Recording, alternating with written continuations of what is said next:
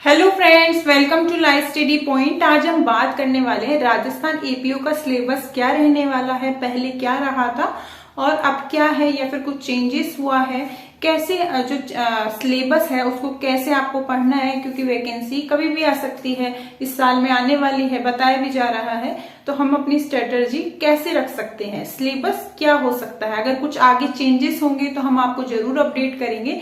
फिलहाल क्या है तो उस चीज के बारे में बात करने वाले हैं। तो आप वीडियो के लास्ट तक बने रहे, वीडियो को लाइक और शेयर भी करें, चैनल को सब्सक्राइब भी करें, साथ ही बेल आइकन पर भी प्रेस करें, जिससे आगे आने वाली हर एक वीडियो का आपको अपडेट मिलता रहेगा। साथ ही आप हमारा टेलीग्राम ग्रुप भी ज्वाइन कर सकते हैं, वहां पे आने वाली हर एक अपडेट, लॉ से related, legal exam, university law entrance test, हर एक एग्जाम को आपको जितनी भी आपकी अपडेट है वो सारी मिलती है। साथ ही में आपको करंट अफेयर, जितने भी आपके नोट्स हैं वो सारे प्रोवाइड करवाए जाते हैं, तो उसका लिंक भी आपका डिस्क्रिप्शन बॉक्स में मिल जाएगा। तो चलिए अभी हम बात करेंगे कि राजस्थान एपीओ का सिलेबस क्या है, कैसे पैटर्न है, किस तरीके से आपको सारी चीजों को पढ़ना है, कौन सा पेपर ज्यादा पढ़ना है और कौन सा जो सब्जेक्ट है कम पढ़ना है, तो इसके बारे में बात करेंगे। देखिए, पहले आपका होता है प्री एग्जाम, ठीक है, हर में दो एग्जाम होते हैं, जैसे प्री और मेंस। तो इसमें क्या है, एक ही एग्जाम है, ठीक है, एक एग्जाम है, रिटन एग्जाम होगा, और वो कौन सा होगा, एमसीक्यू बेस्ड, मतलब रिटन एग्जाम होगा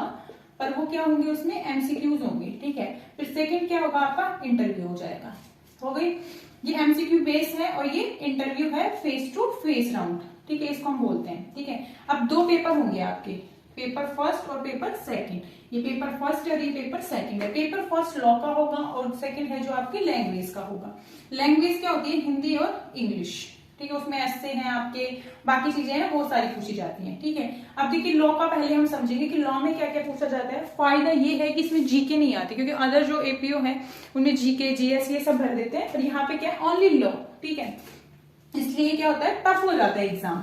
अब देखो, पहले हम समझेंगे कि लॉ का क्या है। आपके 150 क्वेश्चन आएंगे, क्या आपके 150 क्वेश्चन आ रहे हैं, ठीक है। 150 क्वेश्चन कैसे डिवाइडेड है, लॉ के ओनली देखिए, आईपीसी, सीआरपीसी, एविडेंस और अदर लॉ में ये सारे एक्ट हैं, ठीक है, और IPC, CrPC and evidence, other law, ठीक है। इसमें 50-50-50 मतलब 50-50 क्वेश्चंस हैं।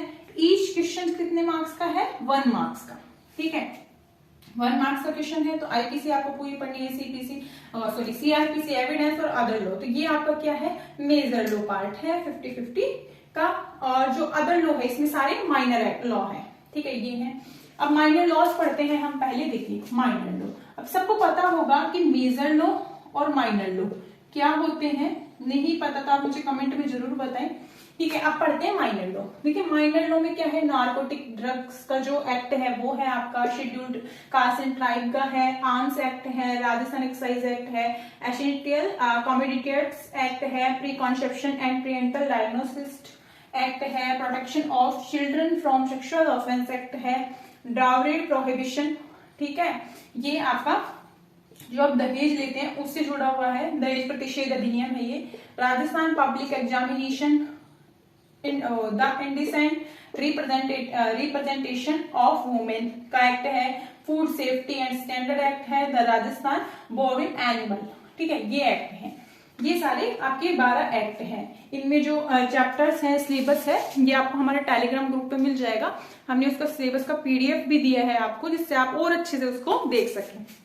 अब यहाँ हम समझेंगे कि जो आपको माइनर लॉ है ये पूरी 50 नंबर की आएगी, और ये दो है आपके 50-50 के। तो इनको तो बहुत अच्छे से पढ़ना है कि 100 नंबर तो हमारे कहीं ना कटे, क्योंकि इतने सारे एक्ट्स में कुछ ना कुछ तो गलती होती ही है, चाहे हम कितना ही याद कर लें, पर इतने सारे एक्ट्स, ऐसे बहुत सारे एक्ट्स हैं इनमें से कि हमने कभी नाम भी नहीं सुना होगा, और कुछ ऐसे एक्ट्स हैं जिनको आपने कभी पढ़ने में नहीं लाया होगा, नाम तो सुना होगा, ठीक है। तो ये एक्ट्स जैसे राजस्थान बोवाई है, फूड सेफ्टी स्टैंडर्ड, और ये इंडिसेंट रिप्रेजेंटेशन ऑफ वुमेन है, राजस्थान पब्लिक एग्जामिनेशन है, ये नहीं, जैसे आप ये वाला अच्छे से पढ़ सकते हो, ठीक है।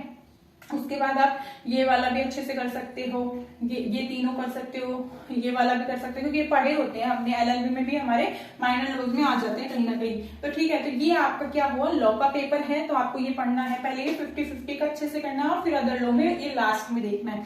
फिर लैंग्वेज पेपर भी साथ में अच्छे से रखना है, क्योंकि 25-25 है हिंदी और ये इंग्लिश, 25 इंग्लिश 25 हिंदी। तो टोटल मार्क्स पूरा पेपर लॉ का और लैंग्वेज का ये कितने का हुआ? 200 का। क्यों हुआ? क्योंकि जो 150 है वो आपका लॉ है और 50 है आपका जो लैंग्वेज है वो हिंदी इंग्लिश 25 में आपका डिवाइड हो गया। तो ये आपका पेपर है, ठीक है। अब हिंदी इंग्लिश में क्या आता है आपका?